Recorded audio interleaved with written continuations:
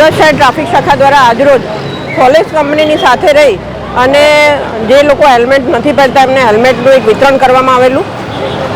1 જાન્યુઆરીથી 14 ફેબ્રુઆરી સુધી કુલ 45 દિવસનો હેલ્મેટ અવેરનેસનો કાર્યક્રમ સુરત શહેર ટ્રાફિક શાખા દ્વારા માનનીય સીપી સાહેબના અને જેસીબી ટાઈમ સાહેબના માર્ગદર્શન હેઠળ કરવામાં આવેલો। હવે આ કેમ્પેન 45 દિવસનું કાલ પૂર્ણ થવા જઈ રહ્યું છે, તો 15મી ફેબ્રુઆરીથી સુરત શહેર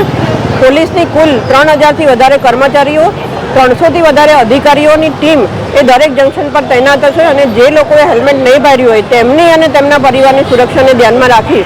ચોક્કસપણે હેલ્મેટની દંડનીય કાર્યવાહી કરવામાં આવશે। કર્મચારી અને અધિકારીની ટીમોની સાથે સાથે સુરત શહેરના કુલ 772 કેમેરાઓની મદદથી ઈ ચલણ પણ જનરેટ કરવામાં આવશે અને સુરત શહેર પોલીસ પાસે વન નેશન વન ચલણ અને વિડીયો ઓન કેમેરા એટલે કે વીઓસી એપ પણ ઉપલબ્ધ છે, જેના માધ્યમથી સુરત શહેરના રોડ ઉપર જેટલા પણ પોલીસના કર્મચારીઓ ઊભા છે તે બધા જેને પણ હેલ્મેટ નહીં પહેર્યું હોય તેમના ફોટા પાડી અને એમનું ઈ ચલણ જનરેટ કરવામાં આવશે। આ બધી જ કાર્યવાહીઓનો મુખ્ય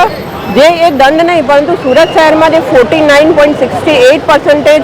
અકસ્માત જે હેલ્મેટ ના પહેરવાના લીધે થાય છે તેવા અકસ્માતમાં ઘટાડો લાવવા માટેનો અમારો મુખ્ય ધ્યેય છે। અમે હંમેશા ઈચ્છીએ છીએ કે સુરતીઓ રોડ ઉપર વાહન લઈને નીકળે તો સુરક્ષિત અને સલામત રહે, સાથે સાથે એમના પરિવારોને પણ અકસ્માતના લીધે જે પણ આર્થિક અને સામાજિક મુશ્કેલીઓ ભોગવવી પડતી હોય છે તેમાંથી તેઓ બચી શકે અને અકસ્માત ઘટાડાના ધ્યેય સાથે આવતીકાલે સુરત શહેર પોલીસ એ હંમેશા જે શહેરીજનોની સુરક્ષા માટે ચિંતિત હોય છે તેવા તમામ અધિકારી અને કર્મચારીઓ રોડ ઉપર હેલ્મેટ નહીં પહેર્યું હોય તેમના વિરુદ્ધ કાર્યવાही કરવા માટે રોડ ઉપર ખડે પગે तैयार હશે। જય હિન્દ। वो एक मैजिक था क्योंकि सूरत के लिए कहा जाता था कि ये इम्पॉसिबल चीज़ है,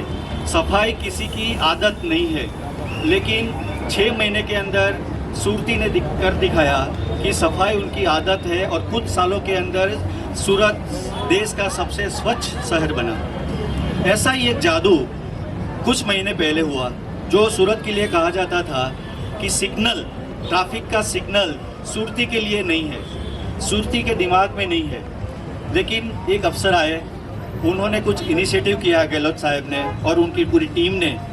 और आज ऐसा हो गया कि कोई ट्रैफिक सिग्नल तोड़ता है तो दूसरे लोग उनको देखते हैं कि ये क्यों कर रहा है ऐसा। सूरती लोग पैसा देने के लिए प्रेफर करते हैं लेकिन हेलमेट नहीं पहनते थे, अभी ऐसा नहीं होगा। और ये जो 14 फरवरी है वो एक